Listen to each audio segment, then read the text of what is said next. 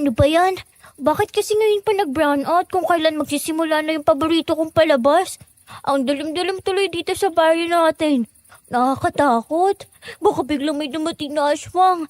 Narinig ko pa naman yung kwentuhan ng mga kapitbahay natin tungkol sa isang aswang na nakatira raw sa kakahuyan. Alam mo, ikaw, Lilet, nagpapaniwala ka na naman dyan sa mga naririnig mong kwento mula sa ibang tao.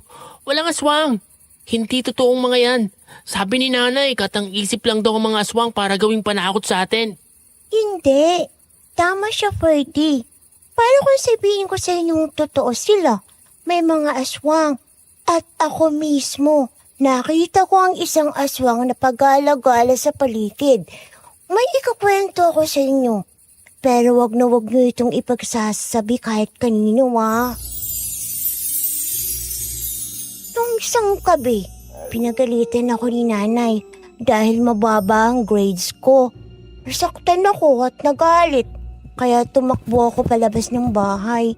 Hanggang sa nakita ko ang isang nilalang na pumasok sa kakahuyan. Mahahabang kuko nito at may nakakapangilabot na pangil. Kati, ano ba? Tinatakot mo naman kami. Baka gawa-gawa mo lang yung kwentong yan para takutin kami, ha? Alam kong itong palaging ginagawa namin tuwing may brownout. Nagkikita-kita tayo at nag-uusap ng mga katatakutan hanggang sa bumalik ang kuryente. Pero hindi mo kailangan mag-imbento ng kwento para lang may masabi kang nakakatakot na bagay sa amin. Hindi, Jacob. Pakinggan muna natin si Cathy. Alam nating lahat na hindi siya sinungaling. Cathy, kung totoong may nakita kang aswang, ano nangyari pagkatapos? Hindi ka ba nakita ng aswang? Mabuti, wala siyang ginawang masama sa'yo. Sinundan ko siya sa kagubatan. At dito ko nakita kung paano niya pinaslang ang isang inosenteng mga ngaso. Walang hapas na itong kinain. Wala siyang awa. Tumalasik ang dugo ng mga ngaso at nagsilabasan ng mga lamang loob. Sa takot ko, mabilis akong umuwi sa amin. Sinabi ko kay nanay ang nakita ko, pero hindi niya ako pinaniwalaan. Mahigpit rin niya akong pinagbawalan na ipagsabi ito sa ibang tao dahil baka tawagin raw akong baliw. Kung ganun, totoo nga may gumagalang aswang dito sa baryo natin. Paano kung kailangan mo ulit harapin ng isang nakaraan na matagal mo nang binabaon sa limot? At paano kung may madidiskubre kang mga bagong sagot na babago sa mga bagay na matagal mo nang pinaniniwalaan? Halina't pakinggan ang kwentong pinadala ng ating sender today. Sigurado akong kikilabutan ka sa naging karanasan niya kasama ang kanyang mga kaibigan. Magandang araw po sa lahat ng mga kagaya kong solid listener ng Sitio Pangil. Tawagin niyo na lang po akong Mia. Hindi ko na lang din po babanggitin sa kwentong ito ang totoong pangalan ng mga kaibigan at mahal ko sa buhay para protektahan ang kanilang privacy. Nakahiligan ko na po ang makinig ng mga kwentong aswang dahil ako mismo ay nagkaroon ng isang nakakapangilabot na karanasan na nagpatunay sa akin na totoo pala talaga sila. Nagsimula po ang lahat nung misteryosong nawala ang kaibigan naming si Cathy noong 10 years old pa lang kami. Sinubukan siyang hanapin ng otoridad, pero lahat sila ay nabigo. Hanggang sa kumalat ang balita sa baryo namin na ang huli raw nakitang kausap niya ay si Mang Raul, ang matandang lalaki na nagtitinda ng ice cream sakay ng isang bisikleta. Madalas itong nagtitinda sa perya tuwing gabi at sa umaga na may nag-iikot rin ito sa baryo. Mabait si Mang Raul at magaang kausap. Kaya naman napalapit ang loob ng mga batang katulad ko sa kanya. At hindi kami makapaniwala na kaya niyang gawan ng masama ang kaibigan namin. Isang araw nabalitaan na lang naming dinampot raw siya ng pulisya at ikinulong. Babe, sige na. Sumama ka na. Nag-commit na ako sa mga kaibigan natin eh. Nakakahiya naman kung bigla akong mag-cancel. Bakit ka naman kasi nag-yes agad na hindi ako tinatanong? Alam mo namang matagal na akong hindi umuwi sa baryo natin. Precisely. Hindi ba dapat? Enough reason na yon para umattend ka sa reunion. Ang tagal mo nang hindi nakakauwi sa inyo. At alam mo ang reason kung bakit ayoko umuwi. Napaka-toxic ng pamilya ko. Lalo na si nanay. Wala na siyang ibang ginawa kundi iparamdam sa akin na mas mahalaga ang mga kapatid ko kaysa sa akin. Hindi naman siguro ganun ang intensyon niya. Well, kung ano man yon, it doesn't change the fact na nasa loob ng maraming taon ay itong nararamdaman ko. Ako lang ang nagpursige sa aming magkakapatid. Dugot pawis ang pinuhunan ko para lang marating ang estado kong ito sa buhay. Tapos, parang gusto pa niyang gawin kong kargo ang mga kapatid kong simulat sa pool ay hindi nagpursige sa buhay. Matagal mo nang sinasabi sa akin yan. Pero hanggang ngayon, nagpapadala ka pa rin naman ng pera sa baryo. At lagi ka pa rin tumutulong sa kanila every time na tumatawag sila sa'yo. Hindi ko matiis eh. I know, masyadong contradicting ang mga sinasabi ko at ang mga ginagawa ko. Pero kahit anong gawin ko, kahit pagbali-baliktarin ko ang mundo, pamilya ko pa rin sila. Yun na nga eh. Pero babe, alam mo kung ano nakikita kong solusyon sa problema mo? Mag-set ka ng boundaries. Okay, pwede mong ituloy ang pagpapadala ng pera sa pamilya mo buwan-buwan. Wala tayong issue dyan. Pero sa tuwing hihingi sila ng iba pa mula sa'yo, matuto ka rin humindi. Dahil hindi naman sa lahat ng panahon ay ikaw ang kailangang sumalba sa mga paghihirap nila. Sino yan? Si nanay. Oh, tamang-tama. Baka pwede ngayon mo practicein yung sinasabi kong set your boundaries. Sagutin ko lang yung tawag. Hello, Nay? Hello, Nak. Kumusta ka? Nasa trabaho ka ba ngayon? Pasensya na kung biglaan tong pagtawag ko, ha? Hindi po. Weekend naman, kaya wala ako sa trabaho ngayon. Hindi rin kasi natuloy yung medical mission namin. Ay, oo nga pala. Naalala ko kunento mo sa akin na may medical mission kayong ginagawa ng mga kaibigan mong doktor tuwing Sabado at Linggo.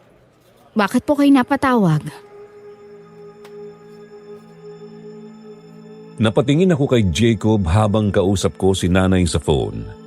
Alam ko na kasi kung ano ang sasabihin niya. Hindi naman siya madalas na tumatawag sa akin at alam kong hindi rin siya mangangamusta ng walang dahilan. Siguradong may problema na naman ang isa sa mga kapatid ko at sa akin na naman siya hihingi ng tulong dahil para sa kanya, ako naman daw ang mas biniyayaan ng Panginoon. Minsan gusto kong sabihin sa kanya na kaya ako biniyayaan ng Diyos dahil nakita niya na pursigido akong makamit ang mga pangarap ko. Habang ang mga kapatid ko naman ay busy sa pagpapasarap sa buhay. Pero alam ko sa sarili kong hindi ko masasabi yon sa kanya at alam ko ring hindi ako magtatagumpay na mag-set ng boundaries kagaya ng sinabi ng boyfriend ko.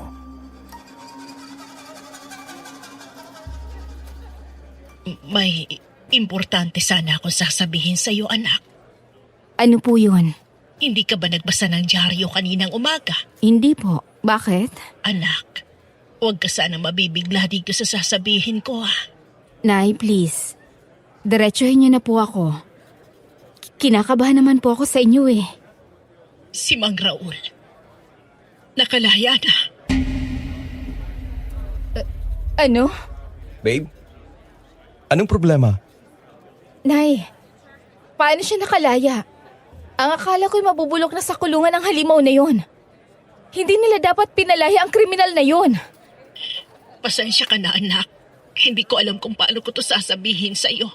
Alam kong malaki ang sugat na iniwan ang ginawa ni Mang Raul sa inyong magkakaibigan. Pero wala na tayong magagawa. Nagdesisyon na ang korte. Paano kung may iba na naman siyang biktimahin? Wala na tayong ibang magagawa kundi ang magdasal na sana hindi na maulit ang mga nangyari noon. Talagang hindi na yun mauulit, Nay. At hindi ko to iaasa lang sa dasal. Anong ibig mong sabihin? Uuwi ako. Haharapin ko ang halimaw na yon. Mabilis kong ibinaba ang call at hinarap si Jacob. Hindi ko napansing tumutulo na pala ang luha ko ng dahil sa galit. Nanginginig na rin ang mga kamay ko noon Mabilis itong hinawakan ni Jacob at pinilit akong pakalmahin kahit na alam kong wala na rin siya sa sarili nung oras na yun. Pareho naming kaibigan si Kathy at kagaya ko, malalim rin ang sugat na iniwan ng pagkawala niya kay Jacob. Sigurado ka ba dyan sa desisyon mo? Hindi ba't kanina mo pa ako kinukonvince na umuwi sa baryo?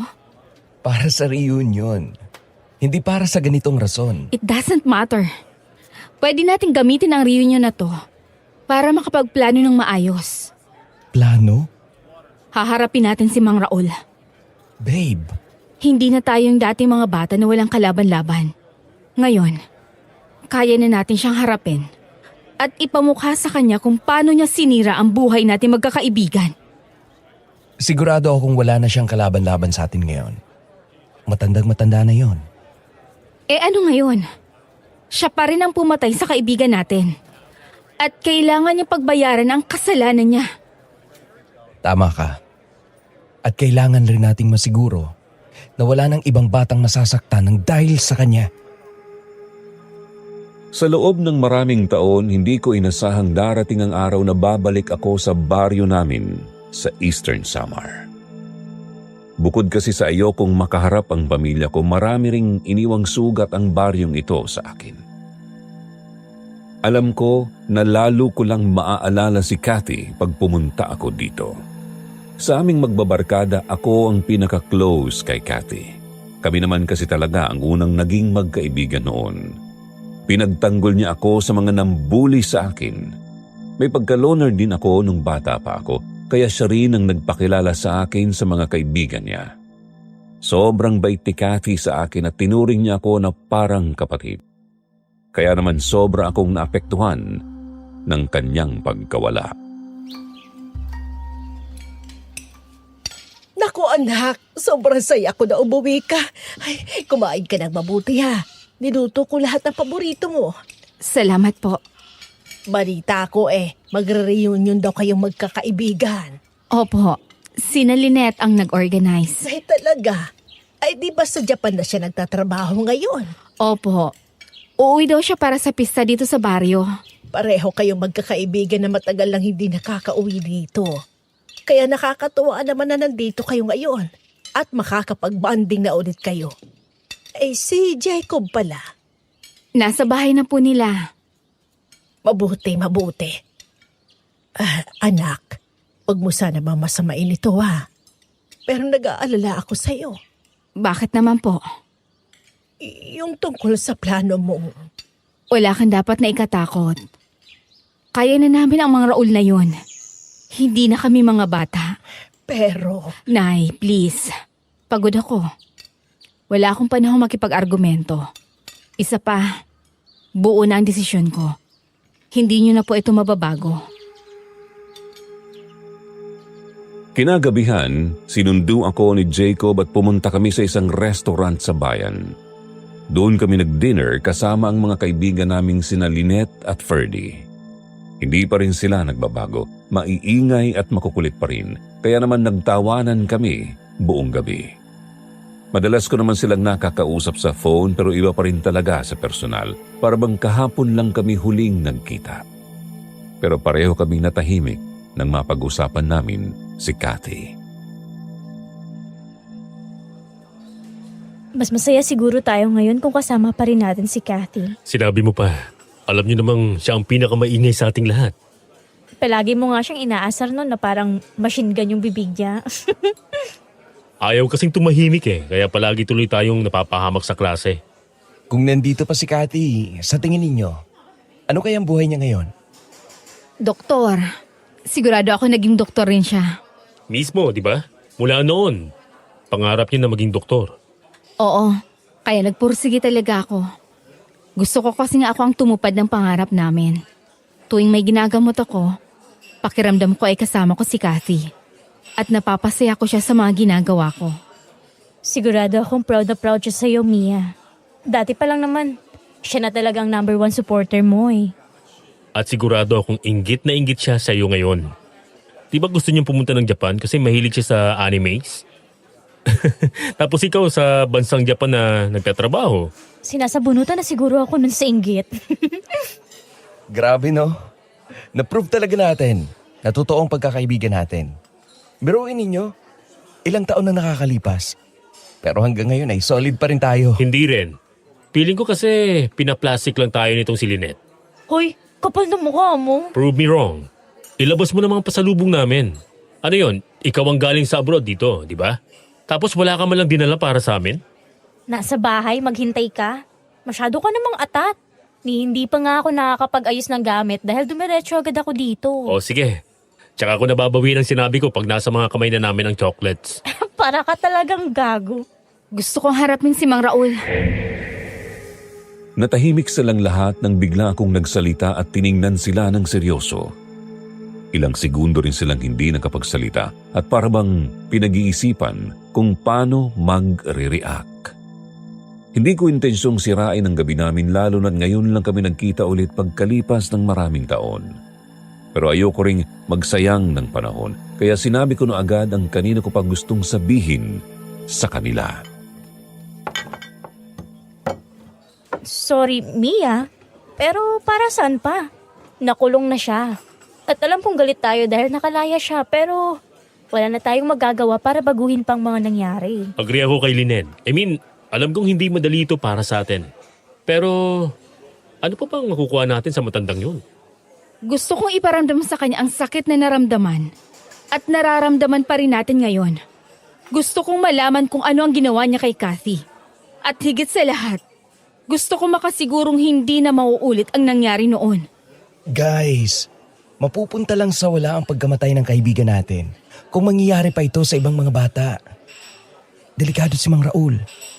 At ngayong malalaki na tayo at kaya na natin siyang labanan, I feel like it's our responsibility na pigilan ang kasamaan niya. Ano yun? Parang superheroes tayo? Hindi naman tayo Justice League? Hindi ito ang tamang oras para sa pagbibiruan. Seryosong bagay to. Sorry pero hindi ako umuwi dito sa Pilipinas para sa ganitong drama. Ayoko ng sakit sa ulo. Gusto ko lang makasama ulit ang pamilya ko. At kayong mga kaibigan ko na matagal ko nang hindi nakasama. Paano si Kathy? Wala na si Kathy. Matagal na siyang nananahimik. Oo, namimiss natin siya. Pero, Diyos ko naman, pagpahingahin na natin yung tao. Pasensya na pero kung ito lang ang pag-uusapan natin buong gabi, mas mabuti pang umuwi na lang ako. Lynette, teka lang. Biglang tumayo si Lynette, nag-iwan ng pera sa mesa at mabilis kaming tinalikuran. Hinawakan naman ni Jacob ang kamay ko para pakalmahin ako at sa totoo lang hindi ko inasahan na ganon ang magiging reaksyon niya. Akala ko'y pareho ang magiging desisyon naming magkaibigan. Mia, pasensya ka na pero I have to agree with Lynette. Bahala kayo kung ayaw niyo makipagtulungan sa akin. Basta ako, itutuloy ko ang plano ko. Hindi ka pa natatakot na baka may mangyaring masama sa'yo? Kahit na matanda na si Mang Raul, alam nating delikado pa rin ang taong yun. Alam kong delikado siya. Kaya nga mas lalong dapat nating pigilan ang kasamaan niya. At hindi na tayo mga bata na pwede niyang sindakin. Ferdy, kausapin mo naman si Lynette, please. Baka makonvince mo siya. Gagawin naman natin to para sa kaibigan natin eh. Kulang ang pagkakakulong ni Mang Raul bilang kabayaran sa mga kasalanan niya. Ngayong nakalaya na siya. Dapat ay malaman niyang hindi tayo papayag na magpatuloy ang kasamaan niya. Sige, susubukan ko siyang kausapin. Pero wala akong may papangako sa inyo ha. Alam niyo naman kung gaano katigas ang ulo ng isang yun eh. Ayos lang. Salamat pa rin sa tulong mo. Pero may suporta niyo man o wala, tuloy pa rin ang plano ko. Pagkatapos namin kumain sa restaurant ay naisipan naming dumiretso sa peryahan. Makulay ang paligid, tumutunog ang mga lumang rides at sumasabay ang malakas na tugtog sa hiyawan ng mga tao. Fiesta na kasi sa linggo kaya siksikan ang lahat sa baryo namin. Bigla naman akong hinila ni Jacob papunta sa Ferris wheel at bago pa man ako nakapalag, nakasakay na kami doon. Sumakay kami sa maliit na upuan nito at habang umaangat kami, mas lumalamig ang simoy ng hangin. Nakatanaw si Jacob sa malayo, bakas ang lalim ng iniisip sa mga mata niya. Pasensya ka na. Hindi naging magandang reunion natin kanina. Ano ka ba?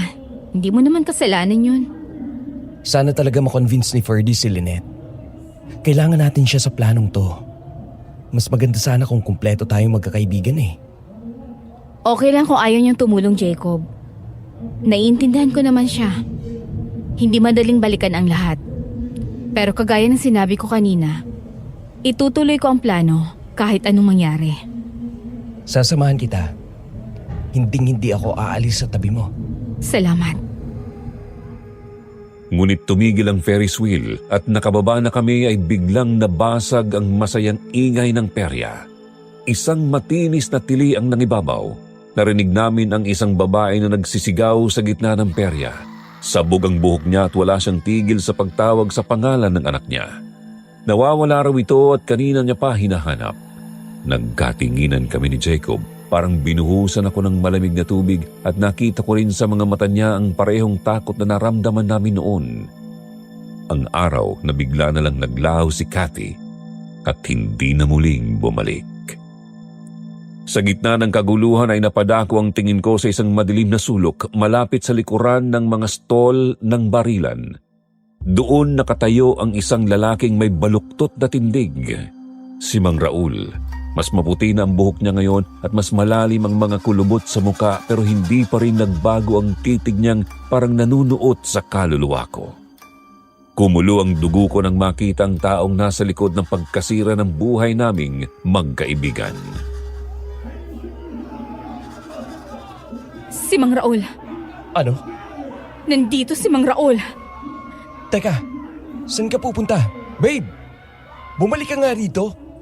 Haharapin ko ang hayop na yan. Narinig ko ang mga sigaw ni Jacob habang hinahabol ako pero hindi ako huminto. Nilampasan ko ang mga nagkakagulong tao dahil desidido akong makaharap si Mang Raul. Pero pagdating ko sa madilim na bahagi ng perya, wala na siya doon. Tanging mga basura lang na tinatangay ng hangin ang naabutan ko. Nasaan ka, Mang Raul? Magpakita ka sa akin! Babe, ano ba? Uminahon ka. Nandito lang siya kanina nakatayo. Sigurado ako sa nakita ko. Naniniwala ako sa'yo. Malakas ang kutob ko na may kinalaman si Mang Raul sa nawawalang bata ngayon. Ano? Kung anong ginawa niya sa kaibigan natin, ay gagawin niya rin sa ibang mga bata ngayon. Hindi pa rin siya nagbabago at hindi siya titigil. Kinabukasan, mabilis na kumalat ang kwento tungkol sa nawawalang bata. Naglalakad ako noon pa uwi galing sa simbahan nang marinig ko ang usapan ng mga tao. Lahat sila ay kuryoso at nababalot ng takot. Marami sa kanila ang naniniwala na kinuha raw ito ng aswang. Napairap ako ng palihim. Alam ko kasing hindi aswang ang totoong salarin. Ang tunay na halimaw ay kadalasang nakasuot ng kupas na sando at nagbibisikleta lang sa kalsada at kilalang kilala naming lahat ito. Natigil ako sa paglakad nang mamataan ko ang pamilyar na kariton ng sorbetes sa ilalim ng puno ng nara. Si Mang Raul. Kasunod niya ang malaki at payat na asong itim na parang anino kung dumikit sa kanya. Napalibutan siya ng mga bata na tawa sila ng tawa habang pinapanood siyang mag-perform ng magic tricks sa harap nila. Hinintay ko namang magkanya-kanya ang takbo ng mga bata bago ako humakbang palapit. Ang galing. Hindi ka pa rin nagbabago. Magandang araw, Ineng. Gusto mo bang bumili ng sorbetes? Sa ganitong paraan mo rin kinuha ang loob namin noon. Sa mga pa-magic-magic mo. Kaya sobrang lapit ng loob namin sa'yo noon. Ang hindi namin alam, may masamang bala ka pala. Sino ka? Magkakilala ba tayo? Hindi mo na ba ako kilala, Mang Raul? Ako to. Si Mia. Mia. Mia. Ang isa sa mga kaibigan ni Cathy. O baka naman pati si Cathy ay nakalimutan mo na rin. Hindi. Hindi ko siya nakakalimutan. Mabuti naman kung ganon. Dahil habang buhay kang uusigin ang konsensya mo dahil sa ginawa mo sa kanya. Ilang beses kong sinabi noon na wala akong kinalaman sa pagkawala niya. Hindi ko magagawang manakit ng kahit na sino. Lalo na si Cathy. Malapit sa akin ang batang yon. Ang galing mo talagang umarte. Hindi ako umaarte. At maniwala ka man o hindi, nagsasabi ako ng totoo. Hindi talaga ako ang kumuha sa kanya. Nakulong ako sa loob ng maraming taon para sa isang kasalanang hindi ko naman ginawa. At gayon ay nakalaya na ako. Gusto ko na lang magkaroon ng isang tahimik at payapang buhay. Anong karapatan mong humingi ng tahimik at payapang buhay pagkatapos ng mga ginawa mo? Eto ang tandaan mo, Mang Raul. Sa oras na malaman ko ang katotohanan, sisiguraduhin kong pagbabayaran mo ang mga kasalanan mo. Hindi ka na makakatakas. Biglang umungol ang asong itim sa paanan niya. Lumabas ang matatalas ng ngipin nito at nanggagalaiting tumahol sa akin. Napaatras ako ng bahagya pero hindi ko inalis ang tingin ko sa matanda. Eksakto naman huminto ang itim na kotse ni Jacob sa gilid ko.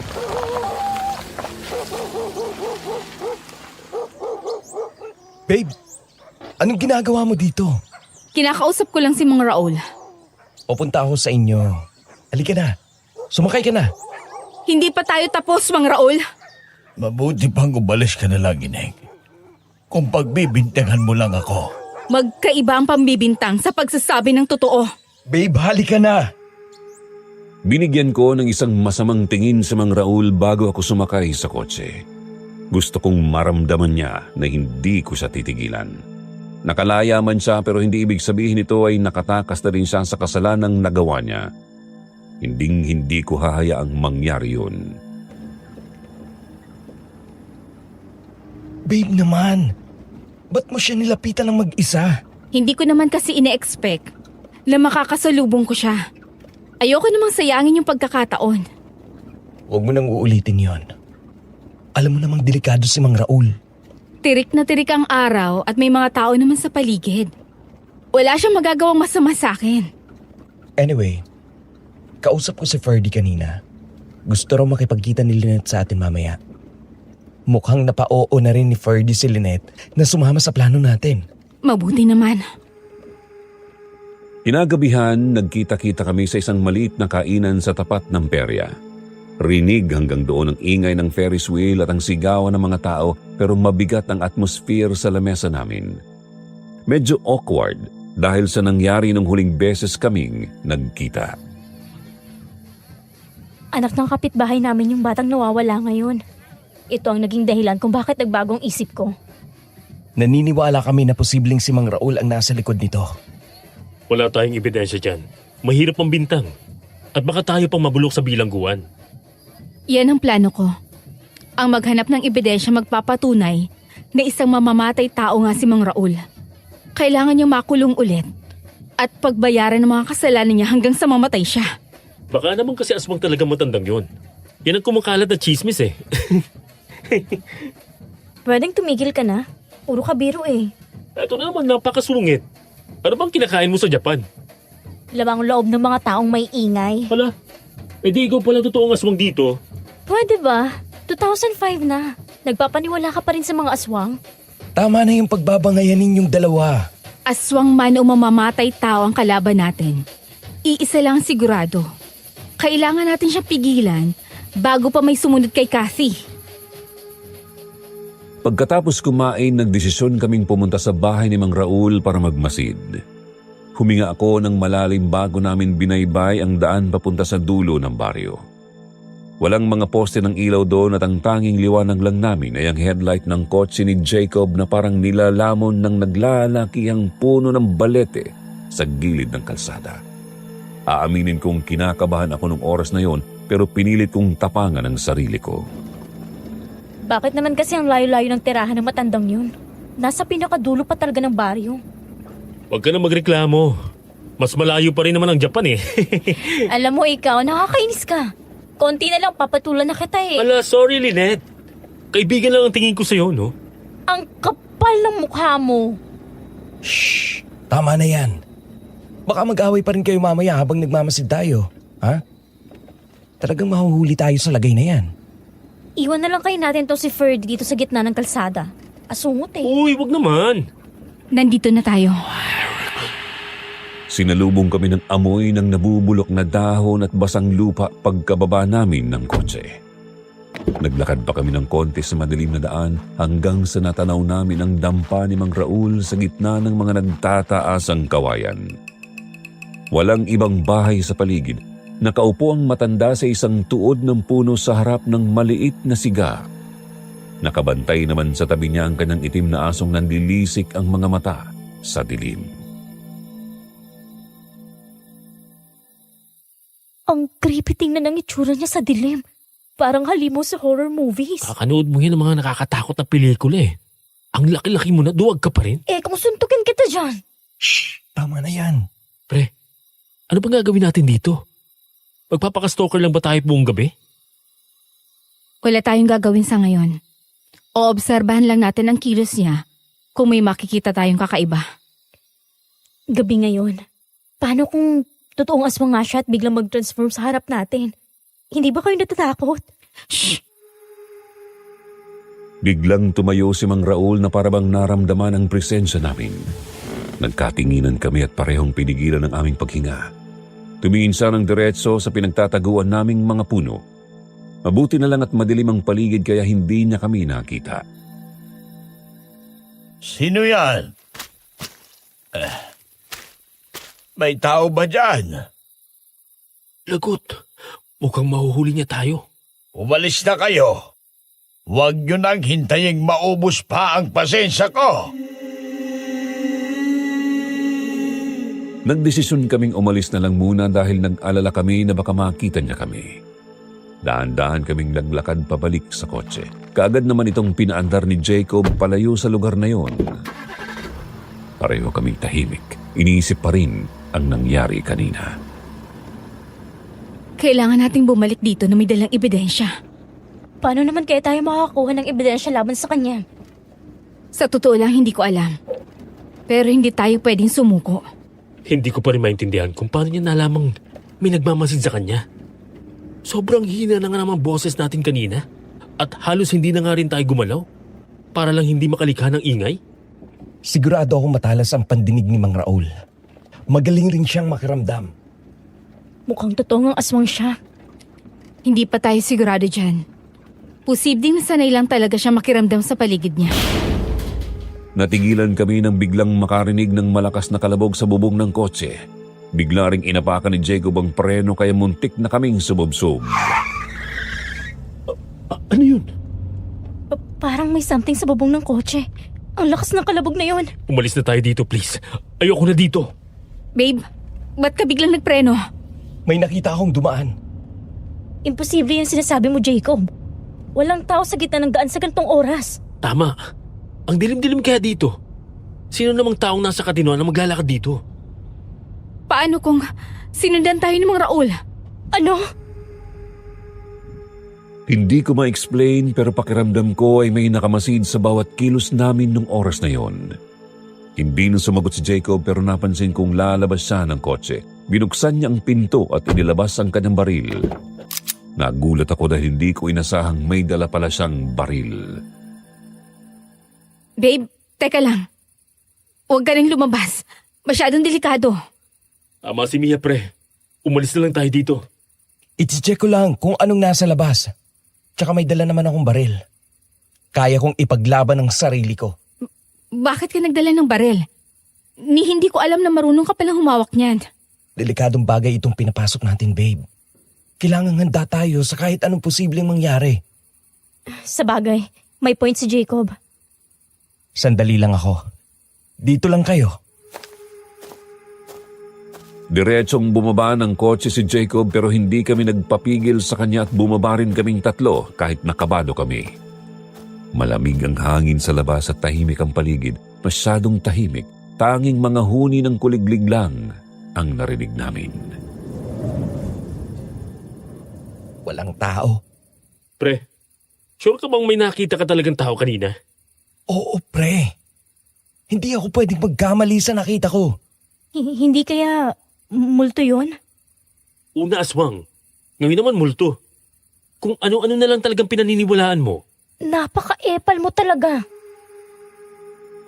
Iniikot namin ang paligid ng kotse pero wala kaming nakitang kahit ano o sino. Hanggang sa napansin namin ang isang malaking anino mula sa bubong ng kotse na biglang lumipad pa itaas. Isang dambuhalang itim na ibon ang lumipad sa ere. Kinilabutan kami nang marinig ang tunog ng pakpak nito habang lumilipad sa madilim na kalangitan. Diyos ko, anong klaseng ibon yon? Sabi ng mga matatanda, ang mga aswang daw ay nakakapagpalit ng anyo.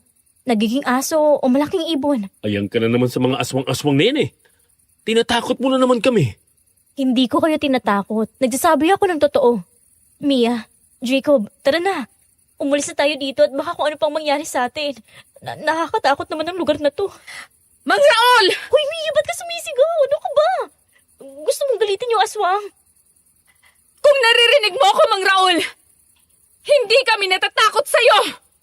Etong tandaan mo, hindi kami titigil hanggat hindi mo pinagbabayaran ang mga kasalanan mo. Kinabukasan, pagkalabas ko ng bahay ay narinig ko ang usap-usapan ng mga kapitbahay namin. Nahanap na raw yung nawawalang bata pero bangkay na lang nito ang natagpuan. Mabilis akong tumakbo papunta sa kakahuyan dahil ayon sa kanila doon raw natagpuan ang katawan ng bata. Sobrang dami ng mga taong nagkukumpulan pagkarating ko doon at nahirapan akong makipagsiksikan sa kanila. Halos bumaliktad naman ang sikmura ko sa tumambad sa akin. Nakasampay ang bata sa nakausling ugat ng puno, dilat ang mga mata at halos malunod sa sariling dugo. Luwa ang bituka nito mula sa tiyan na parang hinati ng matalas na kuko. Hindi ko kinaya ang nakita ko kaya mabilis akong nagpunta sa isang gilid na malayo sa nilalangaw na bangkay. Babe, nandito ka rin pala. Kailangan natin kumilos. Hindi na to pwedeng maulit pa. Kawaawang bata. Isang inosenteng buhay na naman ang nasawi ng dahil lang sa mamamatay tao na yon. Alam nating pareho na hindi lang yun kagagawa ng isang mamamatay tao. Kagagawa na yun ng isang aswang. Tama ka, Lynette. Masyadong brutal ang pagkakapatay sa batang yun. Kailangan natin pigilan si Mang Raul bago pa may sumunod sa batang yan. Nay, anong ginagawa niyo dito? Bakit kayo nagpunta rito? Umalis na kayo dito. Delikado ang lugar na to. Aling Trina, ano po ba talaga ang nangyari dito sa baryo natin? Naniniwala rin po ba kayo na kagagawa nito ng aswang? Nababalot ng misteryo ang mundong ginagalawan natin. At oo, malakas ang kutob ko na kagagawa nito ng isang nilalang ng dilim. Tinanay talaga. Kung ano-anong pinaniniwalaan. Huwag na kayong manood ng mga horror na palabas ha. Tumigil ka nga.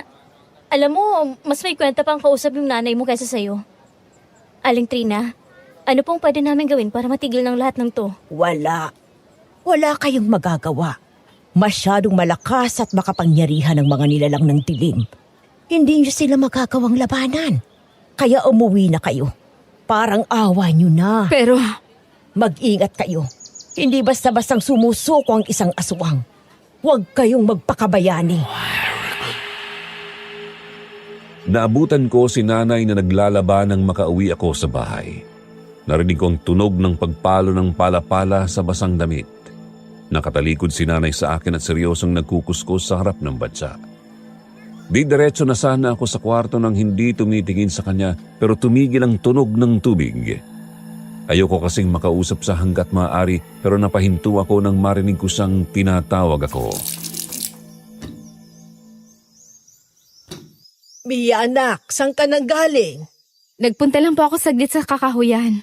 Nakita mo rin pala ang nangyari sa pobreng bata na yon. Ay, kawawa naman. Opo. Anak, nakikiusap ako. Itigil mo ng plano mo. Hayaan mo na lang ang mga pulis na gawin ang trabaho nila. Pulis? Wala silang gagawin, Nay. Hindi ba't pinakawalan nga nila ang halimaw na pumatay sa kaibigan namin? Anak, Sinabi ko na po sa inyo na buo na ang desisyon ko. daanay mo pa rin ako, Bia. Wala na ba akong karapatang panghimasukan ng desisyon mo? Lalo't alam kong delikado ito.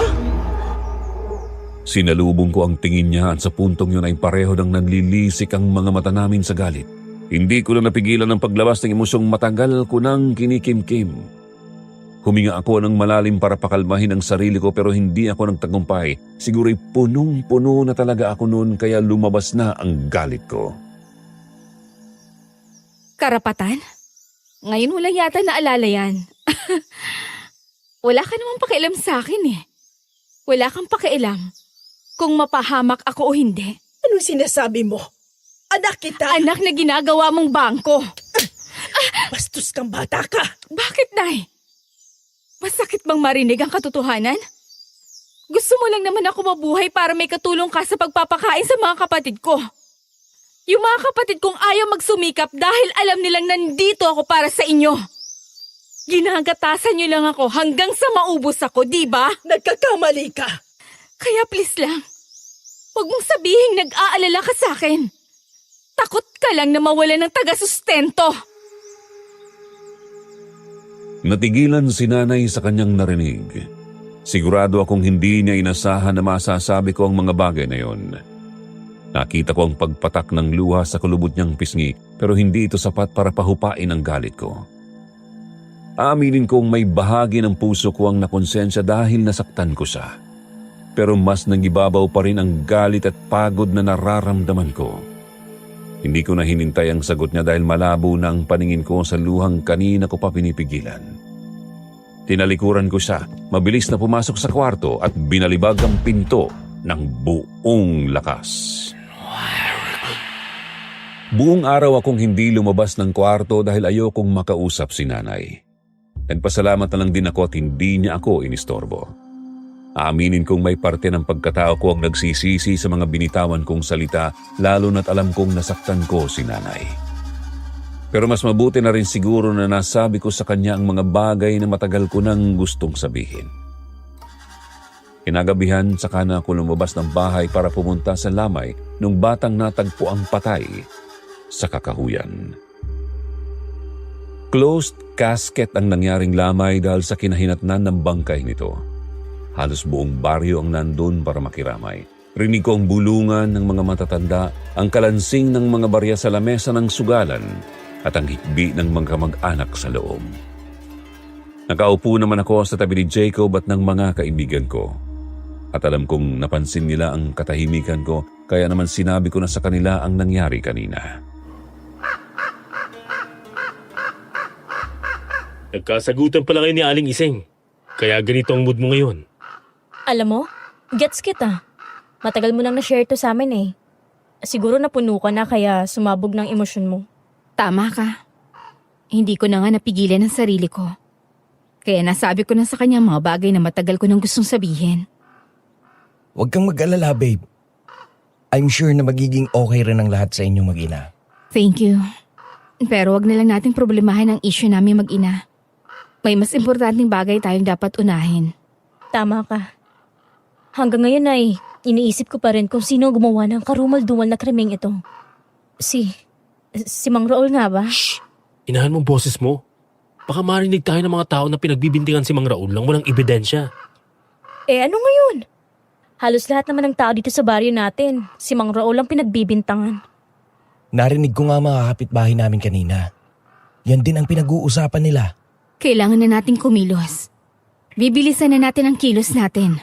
Maghahanap tayo ng ebidensya. At tayo mismo ang dadakip sa halimaw na yon. Pero paano? Masyadong mailap si Mang Raul. Bago ko pa man masagot ang tanong niya, napalingon ako sa isang madilim na bahagi ng lugar. Medyo malayo ito sa lamay. Pero malinaw kong nakita doon si Mang Raul na nakatayo sa likod ng isang matandang puno. Hindi na ako nag-atubili. Tumayo ako at mabilis na naglakad patungo sa kanya. Rinig ko naman ang mabilis na hakbang ni na Jacob na sumusunod sa akin. Aaminin kong may isang bahagi ng isip ko ang napatanong na baka nga wala siyang ginawang masama. Pero kaagad ko itong kinontra dahil hindi ako makakapayag na magtagumpay siyang manipulahin ng mga isip namin. Bakit kasi hindi ka nalang umamin sa mga kasalanan mo? Wala akong aaminin. Kailang naman na nagpupumilit na ako ang may kinalaman sa mga nangyari. Pero malinis ang konsensya ko. Kahit ano pa ang sabihin ninyo. Ang galing mo talagang magmanipula ng isip ng tao. Pero pasensya ka namang Raul. Hindi mo mabibilog ang isip namin. Hindi ko binibilog ang isip nyo. Dahil alam kong hinusgahan nyo na ako. Wala na akong pwedeng gawin o sabihin para baguhin ang tingin nyo sa akin. Pero ang masasabi ko lang ay, malinis ang konsensya ko. Hindi pa ba sapat sa inyo na nakulong ako para sa isang kasalanang hindi ko ginawa? Hindi ka dapat nakalaya. Isang malaking pagkakamali na hinayaan nilang makalaya ang isang halimaw na katulad mo. Kita mo kung anong nangyari ngayon. Kakalaya mo lang. May bago ka na namang biktima. Mas mabuti pang itigil na natin ang pag-uusap na ito. Wala akong panahon makipag-usap sa mga tulad niyong makikitid at mapupurol ang utak. Hoy, aba! Akala niyo ba? Hindi ko alam. Kayo ang umaaligid sa bahay ko noong nakaraang gabi. Huwag niyo nang uulitin yon. Nagsasayang lang kayo ng oras sa akin. Kaya ba sinundan mo kami nung gabing yon? Alam namin na ikaw yung aswang na sumunod sa amin. Kung ginawa niyo yon para takutin kami, pues, hindi kayo nagtagumpay. Mag-iingat kayo sa mga ginagawa ninyo. Dahil habang nakatingin kayo sa akin, malamang ay nagmamasid na ang totoong aswang. Naghihintay lang yun ng tamang oras para umatake.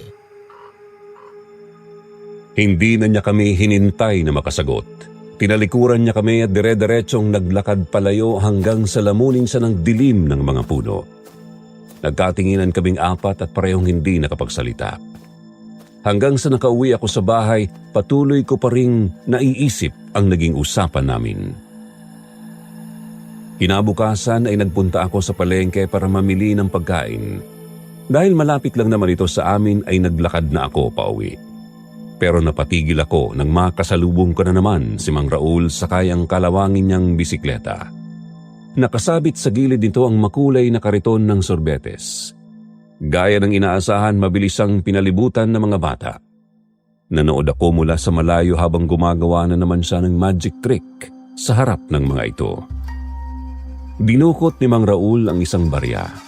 Naglaho ito at sa pagitan ng kanyang mga daliri at sa isang pitik ay naging makulay na panyo ito.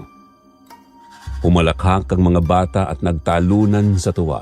Pero hindi nagtagal ang saya dahil mabilis na lumabas ang mga nanay. Nababalot ng takot ang kanilang mga mukha habang hinihila palayo ang mga anak nila mula sa matanda. Naiwang mag-isa si Mang Raul sa gitna ng kalsada. Dahan-dahan naman siyang lumingon sa direksyon ko at saktong nagsalubong ang mga mata namin. Lalagpasan ko na sana siya pero bigla siyang nagsalita. O ano? Masaya ka na? Ano? Kinakatakutan na nila ako. Hindi ba't ito naman ang gusto niyong mangyari? Ninyong magkakaibigan. Tama lang yan. Dapat lang nakatakutan ka ng mga tao. Ang mga halimaw na tulad mo, hindi dapat hinahayaang lumapit sa mga bata. Sumusobra na kayo. O ano, galit ka? Gusto mo kaming saktan? Papatayin mo rin kami kagaya ng ginawa mo sa kaibigan namin? Hindi ko nga siya pinatay. Wala akong pinatay na kahit sino. Bigla akong may narinig na mga kaluskos mula sa likod ni Mang Raul at sa isang iglap ay sumulpot na naman ang itim niyang aso. Inilabas nito ang matatalas na ngipin at tinahulan ako ng sobrang lakas na parabang nararamdaman nito ang galit ng amo nito sa akin. Napaatras ako sa gulat pero bago pa ako tuluyang mabuwal, isang kamay ang humawak sa braso ko. Ferdy? Mia, tara na. Pero, Hindi ka dapat nakikipag-usap sa kanya ng mag-isa. Pakinig ka sa kaibigan mo. Mabuti akong tao. Pero malapit na rin maubos ang pasensya ko sa inyo. Baka kung ano pang magawa ko sa inyo. pinagbabantaan mo ba ako? Mia, ano ba? Halika na. Hinila niya ako palayo bago pa makakilos ang aso o ang matanda. Naglakad kami ng mabilis palayo sa kanila. Hindi naman binitawan ni Ferdy ang braso ko habang nakakunot ang kanyang noo. Ferdy, okay na. Bitiwan mo na ako. Malayo na tayo sa kanila. Huwag kang lalapit sa kanya na mag-isa, Mia. Alam mo naman kung gaano kadelikado ang taong yun, di ba? Narinig mo bang sinabi niya? Pinagbantaan niya ako. Oo, narinig ko. Ang lakas pa ng loob niya magpaka-inosente nung nakaraang gabi. Muntikan niya na ako mapaniwala nung wala siyang kasalanan. Pareho tayo. Pero dahil sa mga sinabi niya kanina, mas lalo lang tumindi ang paghihinala ko sa kanya. Mukhang kailangan na nga talaga nating kumilos. Pagplanuhan natin to ng mabuti. Pero sa ngayon, mangako ka sa akin na hindi ka lalapit sa kanya na mag-isa. Maliwanag ba? Okay. Kinagabihan, tahimik ang buong bahay namin. Kami lang ni Nanay Ising ang naiwan dahil nasa kabilang bayan ang mga kapatid ko para sa kaarawan raw ng kaibigan nila. Doon silang lahat matutulog at bukas na uuwi. Nagpaiwan naman si Nanay para may kasama raw ako sa bahay. Sobrang awkward ng pakiramdam ko noon habang naghahapunan kami. Hindi pa kasi kami nag-uusap mula kahapon at alam kong nasa isip pa rin niya ang huli naming pag-uusap. Pero ang hindi ko maintindihan ay kung bakit umaakto siya na parang walang nangyari. Inaasikaso niya akong mabuti na parabang hindi ko siya napagsalitaan ng masasakit na bagay. Kain na anak. Paborito mo to, hindi ba? Nay, O ito kanin. Kumain ka ng marami. May sabaw din dito, mainit pa ito. Nay, sorry po. Kalimutan na lang natin yon. Hindi po. Hindi po pwedeng hindi natin yung pag-usapan. Alam ko pong nasaktan kayo sa sinabi ko. Sorry kung nasaktan kita kahapon. Pero Nay, hindi ko po babawiin ang mga sinabi ko. Mia, anak. Pasensya ka na kung ganito ang nararamdaman mo. Maniwala ka, hindi ko intensyong... Totoo naman po, di ba? Pakiramdam ko simula noon, hindi ako mahalaga sa inyo. Na ginagamit niyo lang ako para tulungan ng mga kapatid ko. Mula nung namatay si tatay, naging sobrang hirap na ng buhay natin. At alam kong hindi naging madali para sa inyo na palakihin kami. Kaya nung napansin niyong ako na ang mas nakakaangat sa buhay, pakiramdam ko'y gusto niyong ako naman ang sumalo sa kanila. Hindi ganun yun, anak. Pero hindi to tama, Nay. Mas lalo lang silang hindi magsusumikap sa buhay dahil alam nilang may sasalo sa kanila sa tuwing natutumba sila. Mga kapatid ko sila kaya mahal ko sila. Pero kailangan rin nilang matuto ng leksyon. Gusto kong malaman mo na sobrang laki ng pasasalamat ko sa lahat ng ginawa at ginagawa mo para sa pamilya natin.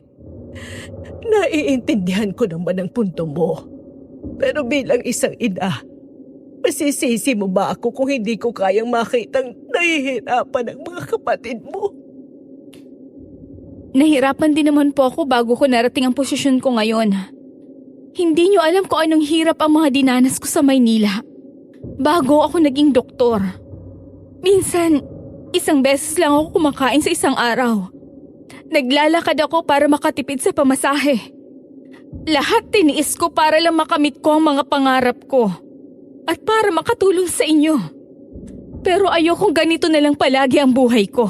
Ang buhay ng pamilya natin. Mia, anak, patawarin mo ko. Hindi totoong hindi ka mahalaga sa akin. Hindi kita ginagamit. Mahal na mahal kita, anak.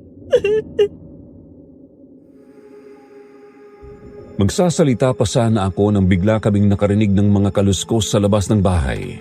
Natigilan kami ni Nanay at nagkatitigan. Pinahiran namin ang mga luha namin dahil sa puntong yun, pansamantalang nawala ang sakit na nararamdaman namin at napalitan ng takot. Ano yun? Hindi ko alam. Isarado natin ang mga pinto at bintana. Oo, sige. Ako na magsasara doon sa likod bahay. Ikaw na dito sa sala. Sige po. Mabilis kaming kumilos at kagad na isinara ang mga bintana. Ibinaba ang mga trangka at siniguradong nakalak ang bawat pinto. Pumunta rin ako sa mga kwarto namin at dinouble check ang mga bintana roon. Pero laking gulat ko nang marinig ang malakas na sigaw ni Nanay. Kaagad akong tumakbo at pinuntahan siya sa may kusina. Nay! Anong nangyayari sa inyo? May nakita ko malaking itim na anino sa labas. Ano? Nakatayo siya sa gitna ng mga mayayabong na puno at nakatitig sa akin. Nasaan na? Bigla na lang siyang naglaho eh. Pero narinig ko siyang umungol na parang isang mabangis na hayop. Hindi kaya. Oo anak, pareho tayo ng iniisip. Malakas ang kutob ko na aswang ang nakita ko. Binundol ako ng kaba ng dahil dito. Bigla kong naisip si Mang Raul. Galit na galit siya sa akin kanina dahil sa mga sinabi ko. Hindi kaya siya ang nakita ni nanay? Gusto ba niyang gumanti sa akin? Mas lalo akong natakot sa pagkakataong yun dahil mukhang idadamay niya si nanay sa galit niya. Pumasok ako sa kwarto at mabilis na denial ang number ni Jacob pero puro ring lang nang naririnig ko. Hindi siya sumasagot. Patuloy ko lang siyang tinawagan dahil kailangan ko ng tulong niya. Hawak ko pa rin ang cellphone ko nang lumabas ako ng kwarto. Naabutan ko si nanay sa sala, nakaluhod siya sa harap ng maliit naming altar. Mahigpit ang hawak niya sa rosaryo habang mabilis na nagdarasal. Panginoon, huwag niyo po kami pababayaan. Kailangan namin ang proteksyon niyo, Panginoon. Jacob, ano ba? Sumagot ka. Diyos naming mahabagin. Nakikiusap ako sa inyo. Ilayo niyo kami sa mga masasamang nilalang. Dumiretso ako sa kusina habang sinusubukan pa ring tawagan si Jacob. Kumuha ko ng matalim na kutsilyo at ng isang supot ng asin. Ibinuhos ko ang asin sa lahat ng pinto at bintana. Kung aswang man ito, hindi siya basta-basta makakalapit sa amin. Bilang isang doktor, hindi ako naniniwala sa mga ganon, pero sa puntong yon, desperada na ako at kailangan kong gawin ang lahat para protektahan ang buhay naming mag-ina. Eksakto namang sumagot na rin si Jacob sa tawag ko.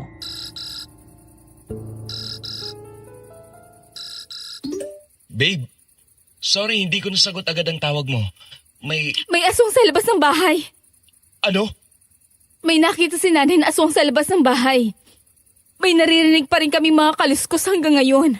Babe, calm down. Huwag kayong lalabas ng bahay, okay? Pupunta ako dyan ngayon din.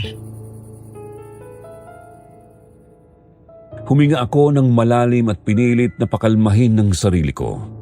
Ilang minuto pagkatapos ng tawag namin ni Jacob, nakarinig kami ng malalakas na katok sa pinto. Napaiyak si nanay sa takot. Kumuha naman ako ng isa pang patalim at iniabot sa kanya. Nay, hawakan mo to. Huwag niyo po itong bibitawan, okay? Natatakot ako. Ako rin po. Pero hindi tayo pwede magpadala sa takot natin. Tama ka. Manalig lang tayo sa Panginoon. Hindi niya tayo pababayaan. Isinuot ni nanay ang suot niyang rosaryo sa leg ko at kumuha naman siya ng isang malaking krusipiho at mahigpit itong hinawakan. Nakarinig naman kami ng nakakapangilabot na ungol sa labas ng bahay. Para itong gutom na hayop na tumatakbo sa paligid ng bahay. Kinakalo sa mga dingding at naghahanap ng butas. Biglang may kumalabog sa bubong dahilan para mapasigaw na naman si nanay. Muntik niya nang mabitawan ang hawak ng krusipiho kung hindi ko lang siya naalalayan. Napatingala naman ako, parang guguho ang kisame sa bigat ng anuman ang nasa itaas. Sino yan? Mia, Nanay Ising, si Ferdy ito. Ferdy? Anong ginagawa mo rito? Huwag mong bubuksan ang pinto, anak. Baka dinidindang lang tayo ng aswang. Pero po, Maaaring ginagamit lang ng aswang ang boses ni Ferdy para buksan natin ang pinto. May iba't ibang kakayahan ng mga aswang, kaya dapat maging maingat tayo. Mia, pinapunta ako dito ni Jacob. Tumawag siya sa akin. At pinapunta niya ako dito dahil mas malapit naman dito ang bahay namin. Papunta na siya rito ngayon. Pero gusto niya makasigurong may makakasama kayo dito. Kung ano man ang mangyari. Kahit paano ay kumalma ako at nakumbinsin niya ako sa sinabi niya. Dahan-dahan akong lumapit sa pinto. Ramdam ko ang tibok ng puso ko habang dahan-dahan ko siyang pinagbubuksan ng pinto. Inangat ko ang dala kong kutsilyo handang sumaksak kung sakaling aswang ang nasa labas. Sumilip muna ako sa maliit na awang ng pinto. Nanliit ang mga mata ko hanggang sa makita ko ang pamilyar na mukha ni Ferdy na tila habol ang hininga. Mia, ayos lang kayo? pasok! Bilis! Ay, salamat sa Diyos at si Ferdy nga ang kumakatok. Opo, ako po ito. Nandito ako para tulungan kayo. Hindi mo ba nakita ang aswang sa labas? Hindi. Sigurado po ba kayo sa nakita nyo? May narinig kaming malakas sa kalabog sa may bubong kanina. Hindi kaya... Pareho tayo nang naiisip. Posibleng si Mang Raul yun. Galit siya sa akin at pinagbantay niya ako kanina. Kaya malakas ang kutob ko na siya nga yung aswang na nasa labas. At kung ginagawa niya ito sa inyo ngayon, gagawin rin niya ito sa amin. At sa mga pamilya namin. Ay, sinasabi ko na nga ba eh. Kaya ako natatakot sa binabalak niyong gawin. Kailangan na natin siyang pigilan. May naiisip na akong plano. Ano yun? Bibihagin natin siya. Pagkalipas ng ilang minuto ay nakarating na rin si Jacob sa bahay namin. Mabilis ko siyang pinagbuksan ng pinto at sinalubong ng mahigpit na yakap. Parang gumuhuri ng depensa ko noon. Kanina pa kasi ako umaaktong matapang pero tuluyang pumatak ang luha ko nang mayakap ko siya. Salamat, pre. Salamat sa pagbabantay. Wala ko naman, pre. Nakita mo ba ang aswang sa labas? Hindi po. Wala akong nakita sa labas. Mas mabuti siguro kung makakasiguro tayo. Halika, pre. I-check natin. Mas mabuti pa nga. Agad silang lumabas para ikutin ang bahay. Kitang-kita ko ang bigat ng baril na nakasukbit sa bewang ni Jacob. Si Ferdy naman ay may dinukot na maliit na patalim mula sa likurang bulsa ng pantalon niya na hindi ko man lang napansing dala niya pala kanina pa. Habang nasa labas silang dalawa ay sinamahan ko si nanay sa kusina. Nanginginig ang kamay niya habang naglalagay ng asukal sa 4 na tasa. Kinuha ko ang kutsara mula sa kanya at ako na ang naghalo. Mia, itigil niyo na ito. Nay, Hindi taho ang kalaban niyo. Aswang si Mang Raul. Nay, kailangang matapos ang kasamaan niya. Pangako, mapupuksa namin siya. Mukhang nakaalis na nga ang aswang. Eto, magkape muna kayo. Salamat po, Aling Ising. Babe, pwede na tayong huminahon. Dinouble check na namin ang paligid ng bahay at wala na ang aswang. Sa ngayon. Pero hindi natin alam kung ano pa ang mga susunod na pwedeng mangyari. Mag-ingat kayo at huwag makakalimot magdasal. Salamat po. Kung hindi ko na talaga kayo mapipigilan sa plano nyo, puntahan nyo na lang si Kapitan Tonyo. Iilan lang ang nakakaalam. Pero matagal na siyang palihim na nag-iimbestiga sa mga aswang dito. Marami siyang alam na hindi nyo alam. Ano pong alam ni Kapitan? Walang masyadong nakakaalam. Pero matagal na siya nag-iimbestiga sa aswang dito sa baryo natin. Marami na rin siyang kaalaman kung paano labanan ang isang aswang.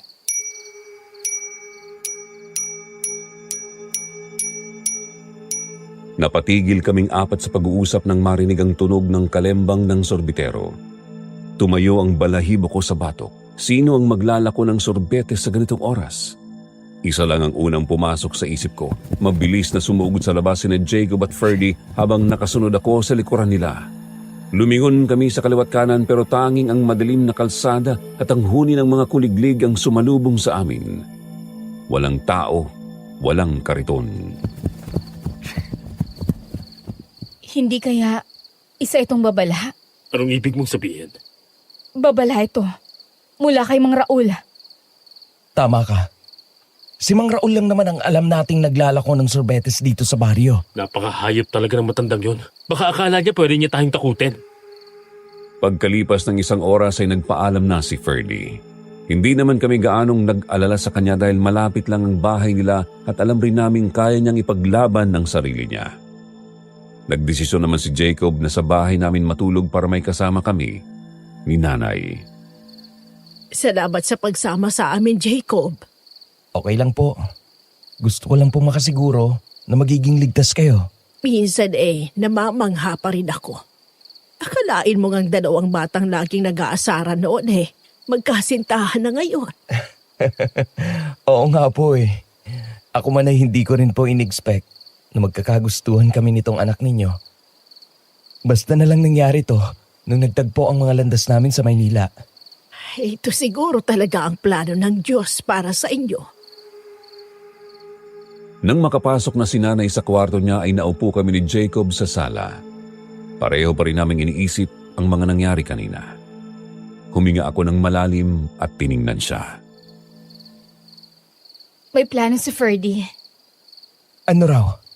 Gusto niyang bihagin natin si Mang Raul. Babe, hindi ko alam kung paano natin gagawin yon. Natatakot ako. Tama si Ferdy, babe. Yun lang ang tanging paraan. Gagawin natin to. Ang gusto ko lang naman ay paaminin siya at pagbayarin sa mga kasalanan niya. At magagawa lang natin to kung bibihagi natin siya. Kinabukasan, nagbunta kami sa dati naming school para umattend ng reunion namin. Kumukutita pang mga makukulay na ilaw sa loob ng dati naming school gymnasium. Amoy mamahaling pabango at hinalong alak ang paligid. Nakakalula ang dami ng tao doon. Mga dating classmates at schoolmates namin na ngayon ay mga seaman na, mga professionals at mga balikbayan na todo porma.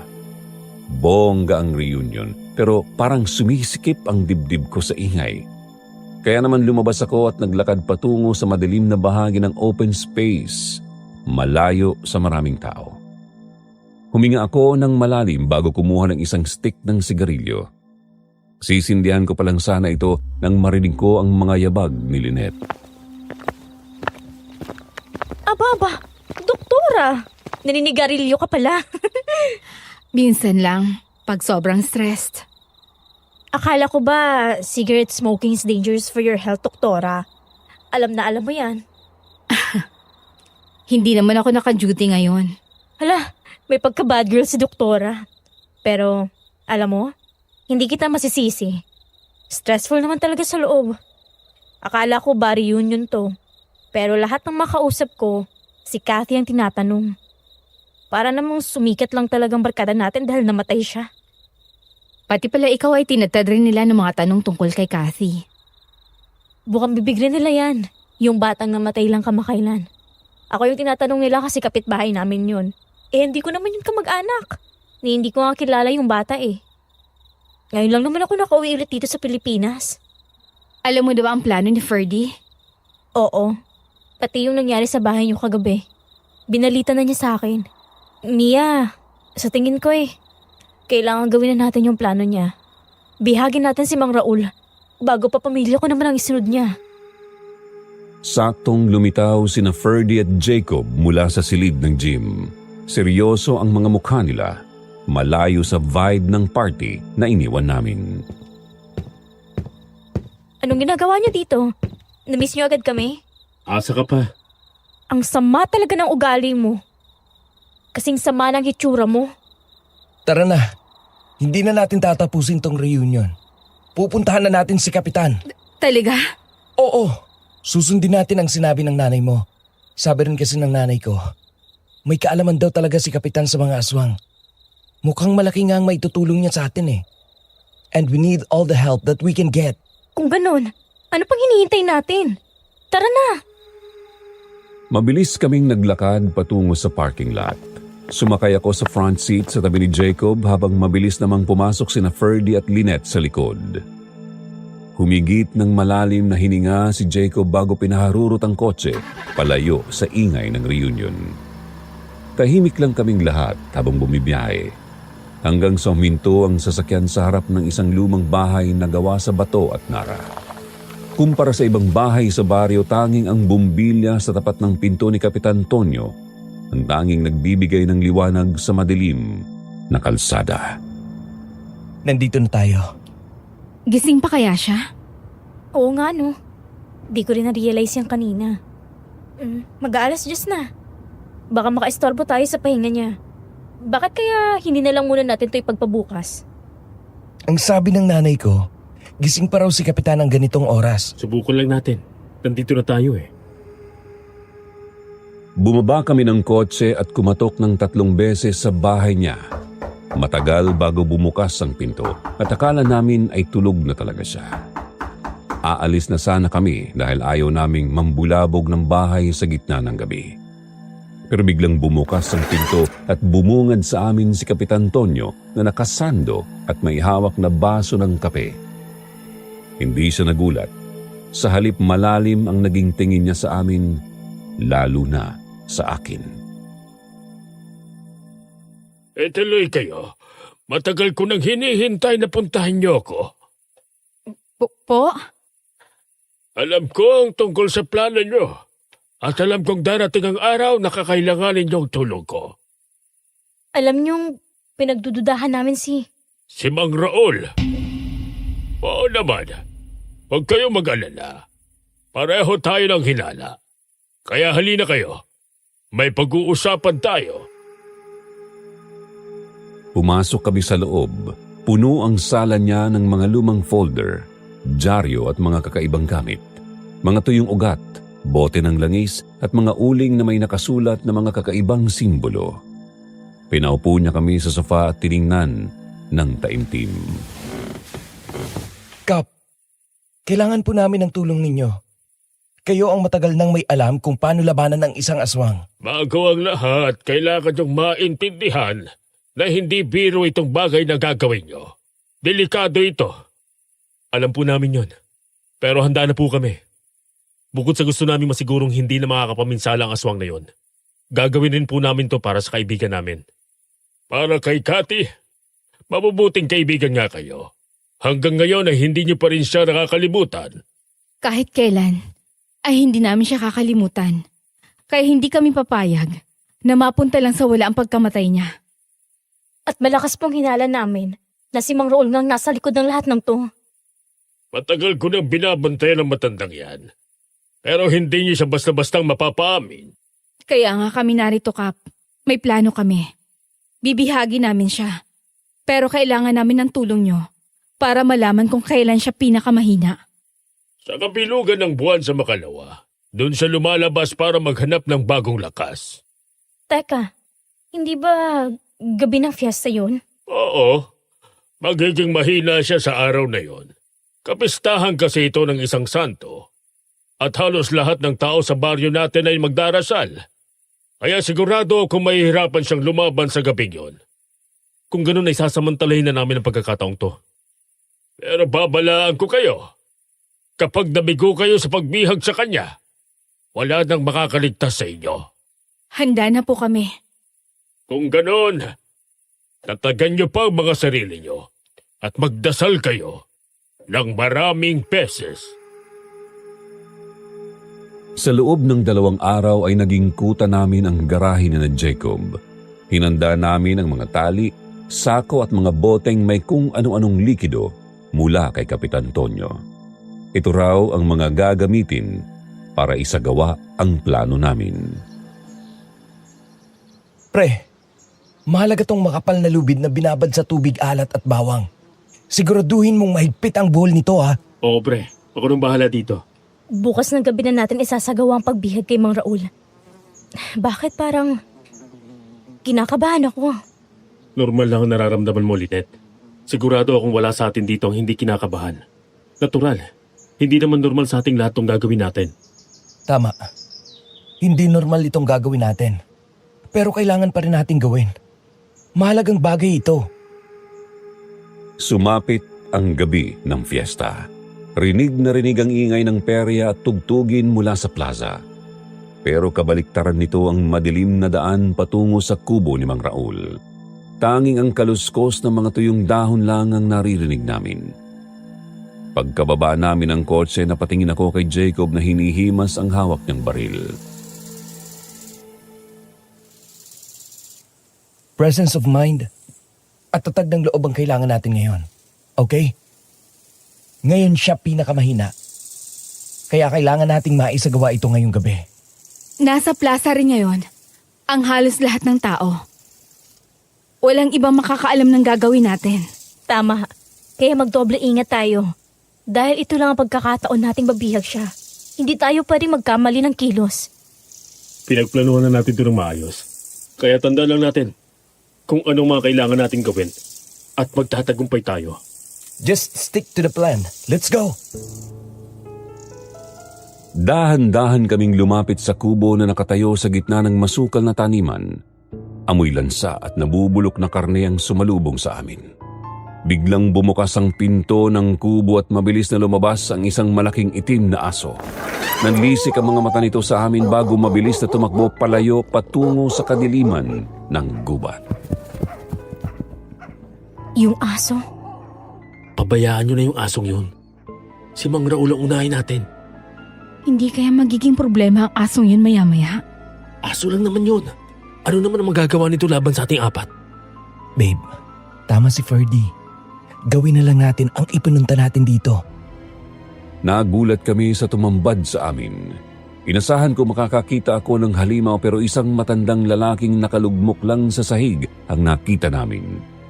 Normal ang anyo ni Mang Raul pero maputla siya at halos hindi na makahinga.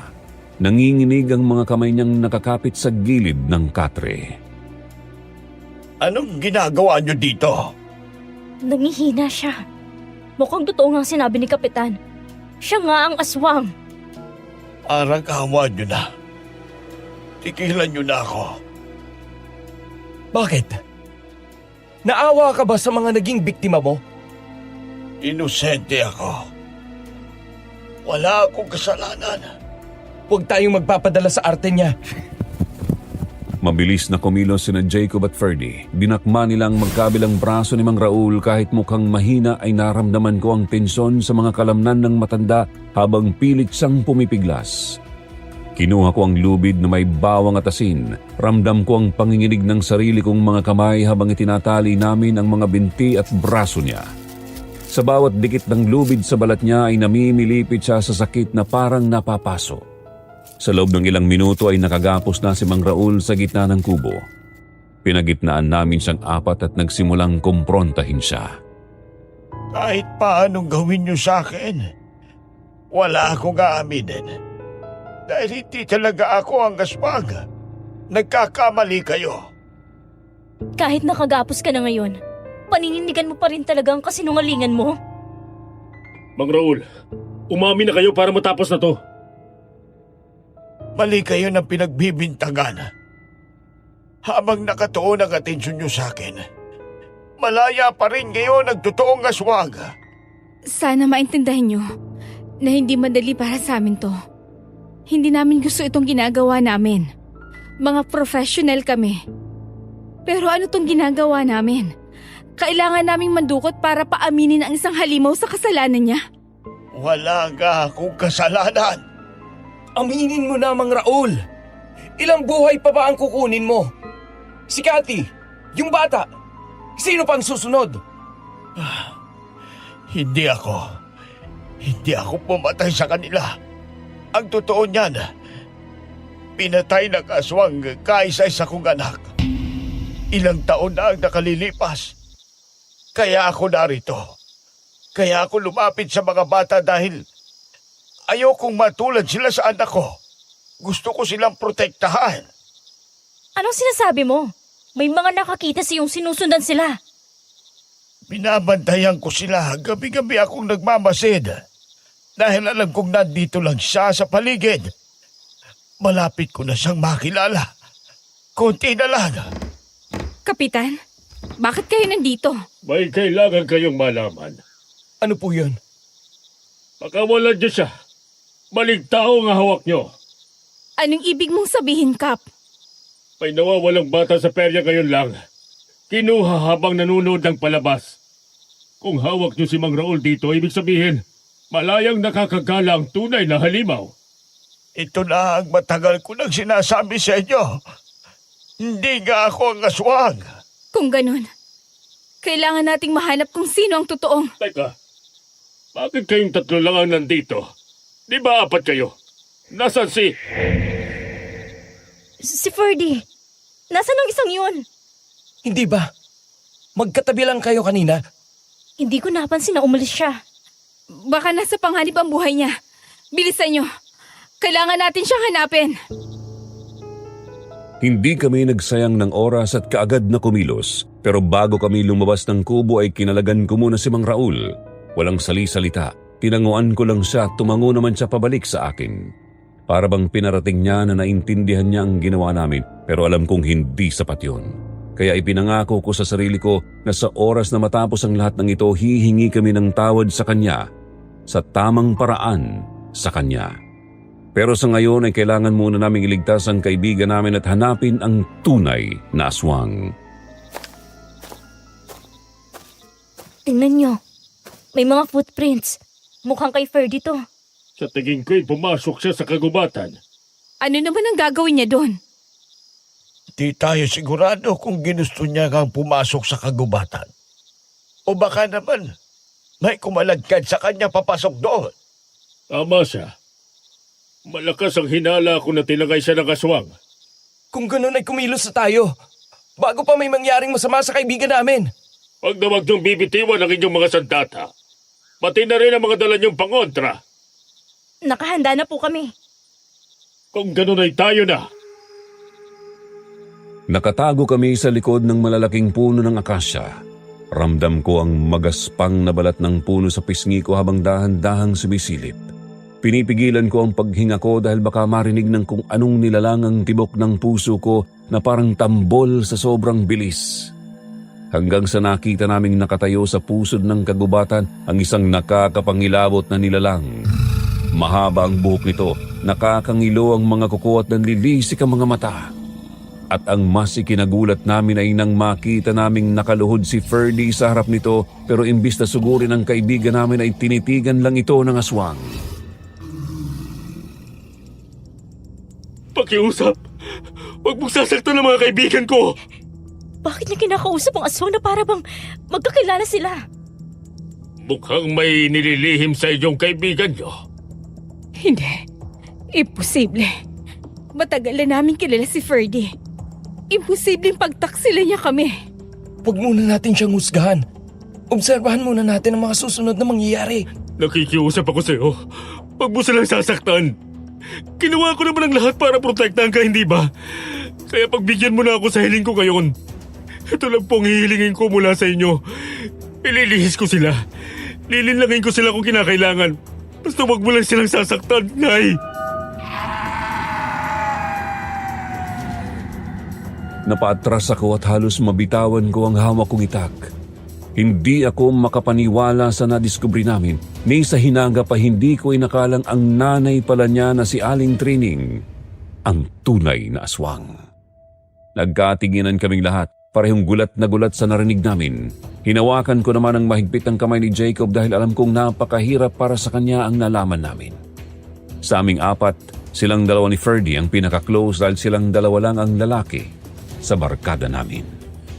Bago pa man kami nakapag-isip kung ano ang gagawin, bigla nang sumulpot si Mang Raul mula sa kabilang dako ng mga puno. Diretso sang naglakad at hinarap ang mag-ina. Umungol ng malakas ang aswang at magsusuguri si Mang Raul nang biglang pinaputok ni Jacob ang hawak niyang baril dahilan para mapaatras ang aswang. Dito na kami lumabas lahat. Hinarap namin si Ferdy at ang halimaw na nanay niya. Tuloy-tuloy ang agos ng luha ni Ferdy habang nakaharang sa harap ni Aling Trining. Bakas ang guilt sa mukha niya at halos hindi niya magawang salubungin ang tingin namin. Parang awa niyo na! Huwag niyong sasaktan ang nanay ko! Gago ka pala, pre!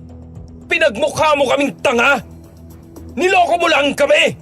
Patawarin niyo ako! Alam kong mali ang ginawa ko pero wala akong choice! May choice ka! Mula sa umpisa ay may choice ka!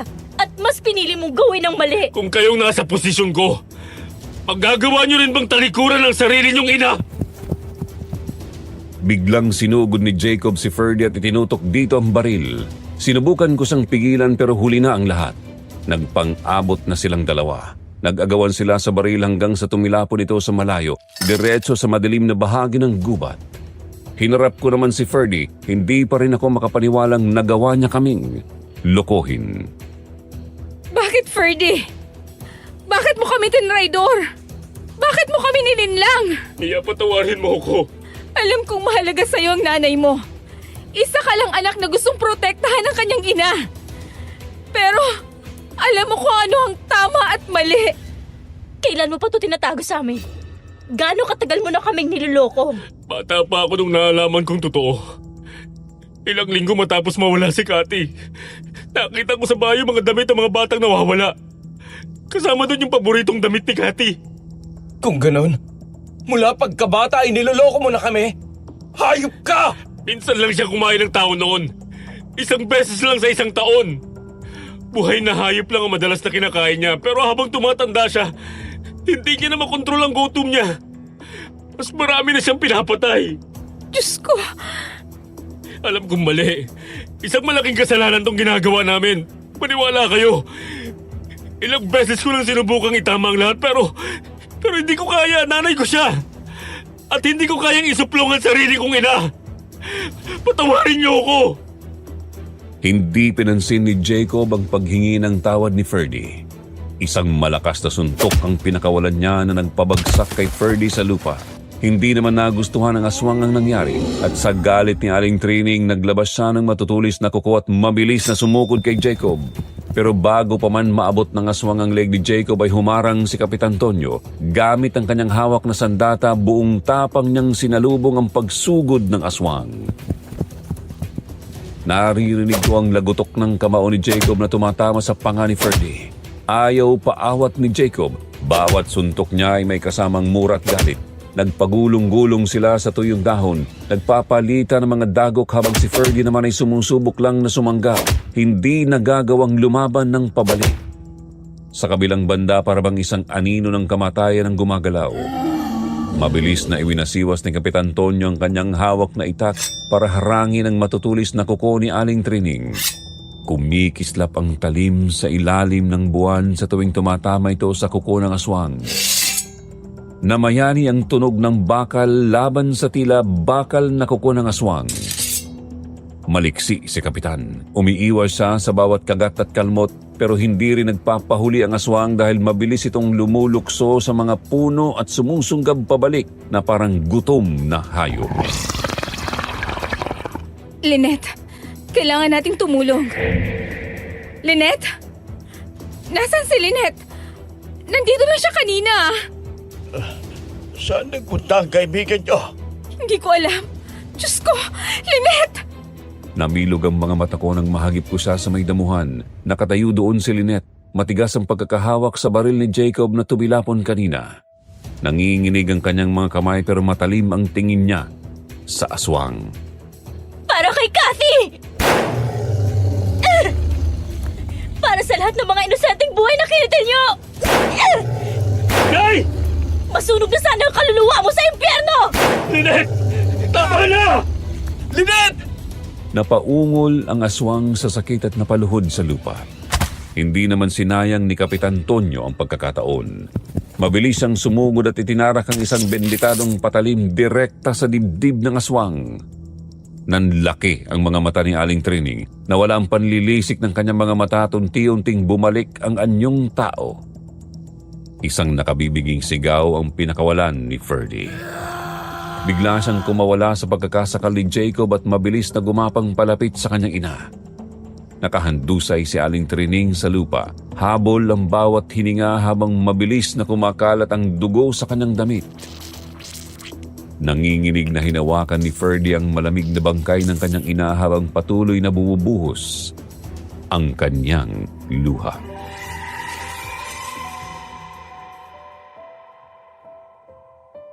Nay! Nay, wag niyo po akong iwan! Lumaban po kayo, please! Itong tama, anak. Tama lang na lisanin ko na ang mundong ito. Hindi, Nay. Hindi pwede. Alam nating pareho na hanggat nabubuhay ako, hindi ko magagawang kontrolin ang gutom ko. Papatay at papatay ako ng mga inosenteng tao. Nay! Bertie, patawad, anak. Patawarin mo ko. Dahil sa akin, nadamay ka sa lahat ng dumi at kasamaang ginawa ko. Nay! Nay! Nay! Mahal na mahal.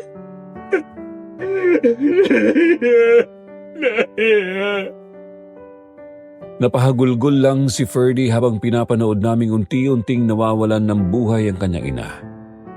Hindi ko napansin na pumapatak na rin pala ang luha ko. Opo, namatay na nga ang aswang pero masakit rin para sa akin na makita ang kaibigan naming nahihirapan.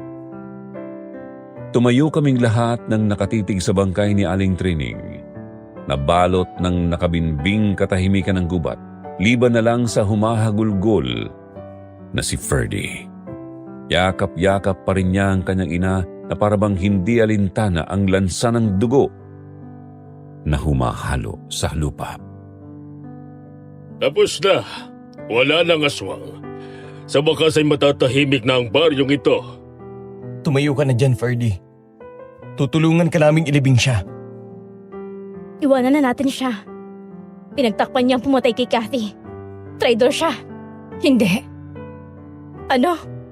Hindi natin siya pwedeng iwan dito. Oo, malaki ang kasalanan niya sa atin. Nasaktan niya tayo nang dahil sa ginawa niya. Pero isipin din natin na hindi mahalaga sa kanya ang lahat ng ito. Nawalan siya ng ina. Ang ina niya na isang aswang na siya rin pumatay sa kaibigan natin at iba pang mga inosenteng bata dito sa baryo natin. Pero tingnan niyo siya. Wala na siyang ibang maaasahan kundi tayo lang. Mia, muntik na tayong mamatay. Alam ko. Pero kung iiwan natin siya dito sa gitna ng dilim, anong pinagkaiba natin sa halimaw na yan? Nagkatinginan si Jacob at Lynette para bang pinag-iisipan ang sinabi ko. Matagal bago nakasagot si Jacob. Huminga muna siya ng malalim at inagaw ang baril mula kay Lynette. Tama si Mia. Hindi natin siya iiwan dito.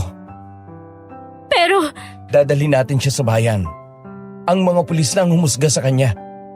Kakausapin ko ang pulisya. Ako na magpapaliwanag sa kanila.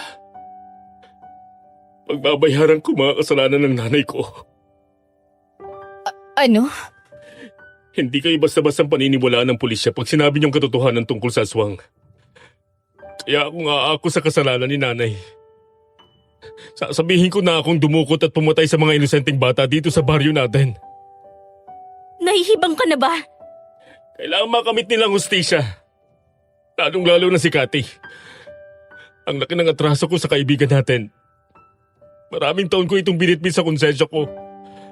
At kung tutuusin, dahil sa pagtatago ko sa lihim ni nanay, para na rin akong pumatay sa kanila. Sigurado ka na ba sa desisyon mo? Pinag-isipan ko na itong mabuti. At wala na kayong magagawa para baguhin pang pasya ko. Kagaya nga ng sinabi niya, hinarap ni Ferdy ang pulisya at inangkin ang mga krimeng hindi niya naman ginawa. At aaminin naming hindi ito naging madali para sa amin. Nasaktan at nagalit man kami sa ginawang panluloko ni Ferdy sa amin, kaibigan pa rin namin siya. At may isang bahagi pa rin ng puso namin na naiintindihan ang ginawa niya. Gaano man ito kamali. Dahil sa ginawa niyang pag-amin, nakulong si Ferdy at halos isumpa siya ng buong baryo namin. Gusto sana namin siyang makita at makausap man lang, pero tumanggi siyang harapin kami. Hindi namin alam kung dahil ba ito sa hiya niya o may iba pa siyang dahilan. Pero nirespeto na lang namin ang kanyang desisyon. Tuloy na talagang biyahe mo pabalik ng Japan bukas? Oo. Kailangan ko na ulit kumayod. At saka, to be honest, ayoko na rin magtagal dito sa baryo natin. Pansin niyo naman, pinagpipiestahan tayo ng mga chismosa. Sinabi mo pa, kung makapag-usisa, daig pa ang mga reporters eh. Ano daw masasabi ko na mismong kaibigan pala natin ang pumatay kay Cathy? Kung alam lang sana nila ang totoo. Isa na naman tong kabanata ng buhay natin na mas gusto kong ibaon na lang sa limot. Masyadong masakit eh. Tama ka. Ang sakit niya. Hindi ko pa rin matanggap ang kinahinatnan ni Ferdy. Uy, pag nakauwi ako galing Japan, mag-reunion pa rin tayo ha. Kahit 3 na lang tayo sa barkada. Siyempre naman. Uuwi ka pa sa kasal namin ni Mia, di ba? Bakit? Nag-propose ka na ba? At sigurado ka bang yes ang sagot ko? Ouch! Kabahan ka na, dude. Mukhang kailangan mo pang doblehin ang effort mo para ma-inlove na talaga ng todo itong si Mia sa'yo. Nagpapakipot lang yan. Ang kapal mo. Pasensya na kung nakaistorbo ako sa pag-uusap ninyo. Mang Raul, kayo pala yan. Hindi po. Hindi kayo nakakaistorbo. Ang totoo niyan ay gusto talaga namin kayong makausap. Opo. Bago ako lumipad pabalik ng Japan, gusto ko pong mag-sorry sa inyo. Napakalaki po na kasalanan naming magkakaibigan sa inyo. Hinusgahan namin kayo at hindi man lang namin kayo pinakinggan. At ang mas masaklap, Binihag pa namin kayo. Hindi ako magsisinungaling. Dahil ang totoo, nasaktan talaga ako sa ginawa niyo sa akin. Pero sa dami ng masasakit na pinagdaanan ko sa buhay, ayoko nang magkimkim pa ng galit. Mas pipiliin kong intindihin ang pinanggalingan niyo. Matayan kayo ng kaibigan. At alam ko kung gaano ito kahirap para sa inyo. Salamat po sa pag-unawa ninyo. Napakabuti niyo pong tao. Bantay, tahimik ka. Hindi natin sila kaaway. Nakabalik na pala siya. Oo, ilang araw ko rin siyang hinanap. Alalang-alala ko na baka pinatay siya ng aswag. Pero kahapon ay bigla na lang siyang sumulpot ulit sa kubo ko. Well, I guess, sa kabila ng mga masakit na pinagdaanan natin, kahit papano, may happy ending pa rin naman pala tayo. Happy ending in our own little ways. Correct! Nang bumalik si Lynette sa Japan ay nagdesisyon na rin kami ni Jacob na bumalik sa Maynila. Ayaw na rin talaga naming i-deal ang mga kapitbahay naming pinagchichismisan kami. Pero kahit paano, masaya ako dahil naging mas maayos na ang relasyon namin ni nanay.